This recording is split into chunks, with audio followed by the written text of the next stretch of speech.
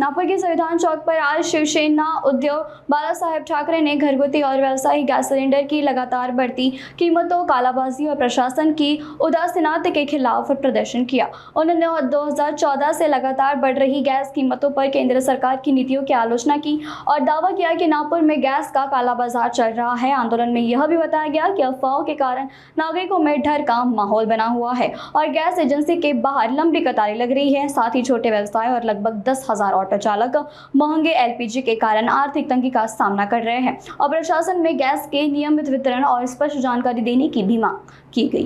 सरकार हाय हाय हाय हाय जनता के सम्मान में शिवसेना मैदान में अरे मोदी तेरा सस्ती दारू महंगा दे, अरे मोदी तेरा सस्ती दारू महंगा दे।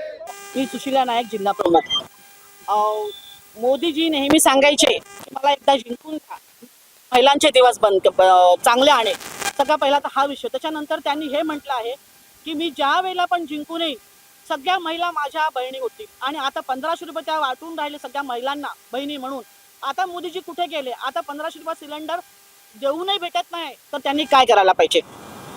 दिवसभर महिला रांगेत उभ्या आहेत, म्हाताऱ्या रांगेत उभ्या आहेत, मुलं रांगेत उभे आहेत। तर आता त्या महिलांनी काय करायला पाहिजे? मोदीजींना म्हणा आता हे खोटे बोलणं सोडा आणि चांगले दिवस आणायचे स्वप्न सोडा म्हणा।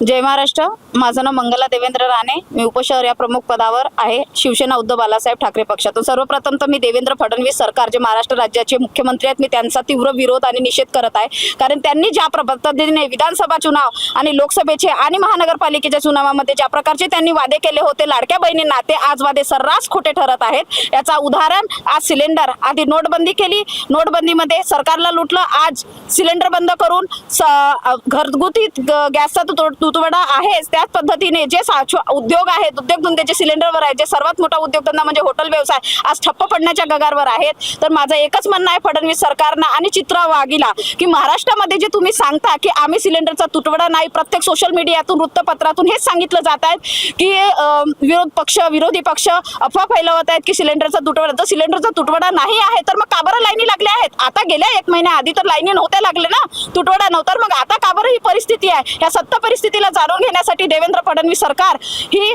तयार नाही आहे आणि त्यामुळे हा जो आंदोलनाचा आम्ही इथे करत आहोत, हा तीव्र आंदोलन आणि त्याच्यावर लक्ष न देण्यात आले तर हा आंदोलन आम्ही जे महाराष्ट्रामध्ये ज्या देशामध्ये जी सिलेंडरची दरवाढ झालेली आहे आणि जो सिलेंडरचा कृत्रिम प्रकारे जो आपल्याला कुठेतरी अपुरा दिसत आहे पुरवठा, या महाराष्ट्रामध्ये या देशामध्ये ज्या दैनंदिन जीवनातले जे सिलेंडर आहे, पेट्रोल आहे, कुठेतरी हे सरकार आपल्याला दिशाभूल करत आहे असं दिसून येत आहे। आम्ही 4 ते 5 महिने पुरेल एवढा आमच्याकडे साठा, प्रत्येक गल्लीमध्ये प्रत्येक शहरामध्ये मारापिट्या होऊन राहिलेल्या आहे।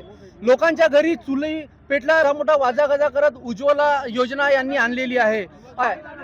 त्यामुळे महाराष्ट्रामध्ये आणि देशामध्ये जनता हैराण आहे, परेशान आहे। यासाठी मोदी सरकार दिशाभूल केलेली आहे, त्याचा खरा चेहरा आज या महाराष्ट्रासमोर